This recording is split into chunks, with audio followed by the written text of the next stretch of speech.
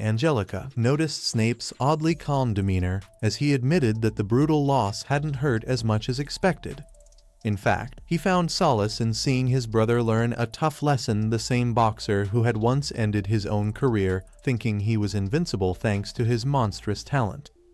Alice remarked on Snape's heavy-hearted musings, and Missa playfully added that this was just one of those grown-up burdens. Snape confessed he felt less devastated by the defeat than he'd thought, but regretted losing Angelica Damo as his potential bride. Meanwhile, Angelica couldn't have been happier about the Dragonkin's downfall, gleefully reminding Snape that his dreams of nobility had just crumbled along with his proposal.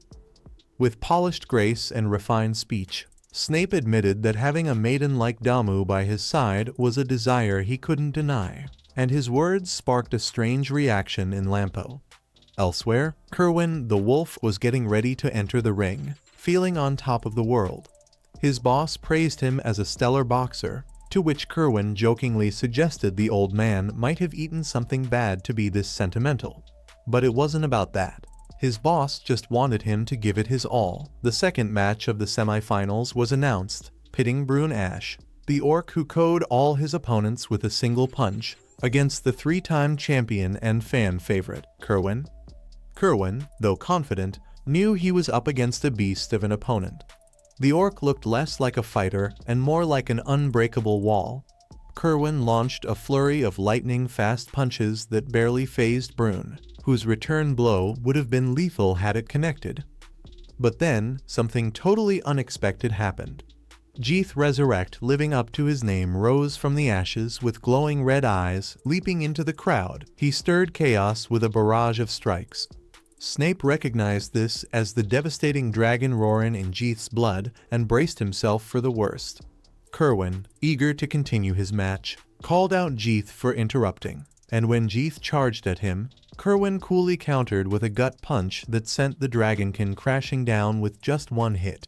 Rick, Angelica, and Rionette watched in stunned silence, now convinced Kerwin must be an S-rank fighter. Due to the chaos in the audience, the event host postponed the semi-final to the next day to prioritize the injured. Although Kerwin was disappointed about pausing when he was in peak form, he rolled with the punches. Brune, however, sensed doubt in his opponent's fists, and his words landed a mental blow on the reigning champ.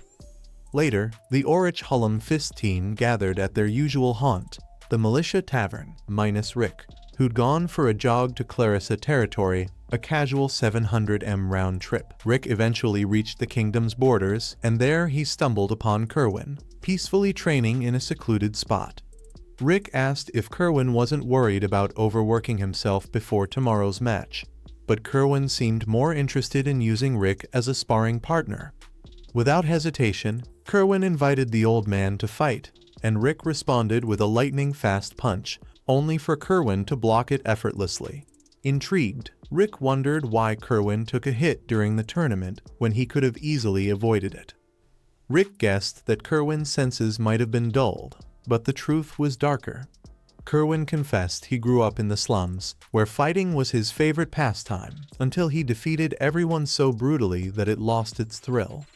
In Heratopia, things went well initially, but after winning his second championship, knocking out all challengers in seconds, even official tournaments became dull. The only spark was the joy his boss took in his victories. But one day, Kerwin overheard a conversation where his boss lamented how his dominant performances were killing their business. People wouldn't pay for predictable outcomes. On the eve of his third tournament final, Kerwin found himself wondering how he could save his master's gym from ruin. Kerwin toyed with the idea of spicing up his matches by dialing down his strength for the crowd's sake. The first punch that came his way moved in slow motion, but he let it connect, selling the drama with a fake knockout. He kept up this charade in future tournaments, holding back just enough to keep the audience on the edge of their seats, even though his own thrill for fighting had dimmed. Rick understood Kerwin's angle, but warned him that tomorrow's bout would be a whole different beast.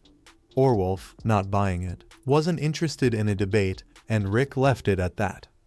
The next day, a defensive spell was cast to keep the audience safe, just in case things got dicey. When the match kicked off, Kerwin charged at Braun, amping things up with his rolling fang technique, a punch powered by a rapid arm spin like a human drill.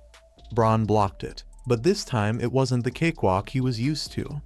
Switching gears, Braun dodged Kerwin's attacks and countered with quick jabs, keeping Kerwin dancing to avoid being squashed.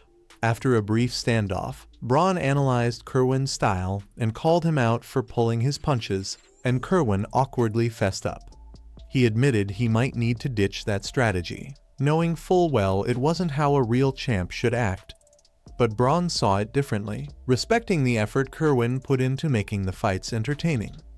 To level the playing field, Braun decided to fight using only 2 fingers without moving from his spot.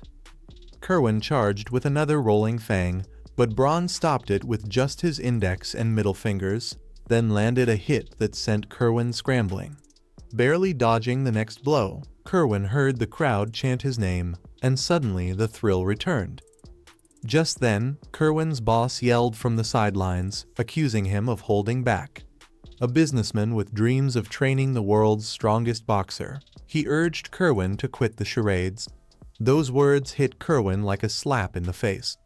Fired up, he unleashed a powerful punch that forced Braun to defend with his whole hand. Kerwin went all in, but Braun soon had him cornered, forcing Kerwin to activate his iron body technique to avoid getting flattened.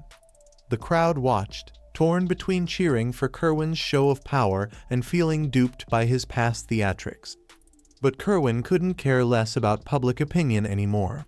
He let loose with a mix of spells, from flame wave to forest rope. In a final, jaw-dropping move, Kerwin summoned Angel's Tear, an enormous spell that formed a colossal energy mass in the sky. Rick, sensing the danger, braced himself, knowing Braun would have to get serious. In response, Braun threw a punch so fierce it tore through the spell, turning Angel's Tear to dust. Raising his hand in the Orc's quarter signal, Braun declared that from now on, the fight had no rules. For the first time, Kerwin felt a chill run down his spine. Dodging a punch, he was knocked back by the sheer force of Braun's attack, barely managing to stay on his feet. Exhausted and out of magic, Kerwin was left wide open. A gut-wrenching punch from Braun left him gasping as if his insides were rearranged. Using his last ounce of strength, he charged back, swinging wildly, but his stamina quickly fizzled out. Despite the trickery, the crowd roared for Kerwin to keep fighting, proving he still had their support. Their cheers reignited his resolve. With no magic or strength left, Kerwin tapped into his spirit for one last punch, combining all his techniques: instant step, strong fist, rolling fang, and flame sword into a final, desperate attack. As Kerwin's ultimate punch was effortlessly absorbed, he grinned, admitting that this was the most fun he'd ever had. To end the epic battle, Braun delivered a knockout punch that put Kerwin down for good. But despite the loss, Kerwin's master still hailed him as the greatest boxer in history, proud that his student had finally fought with everything he had.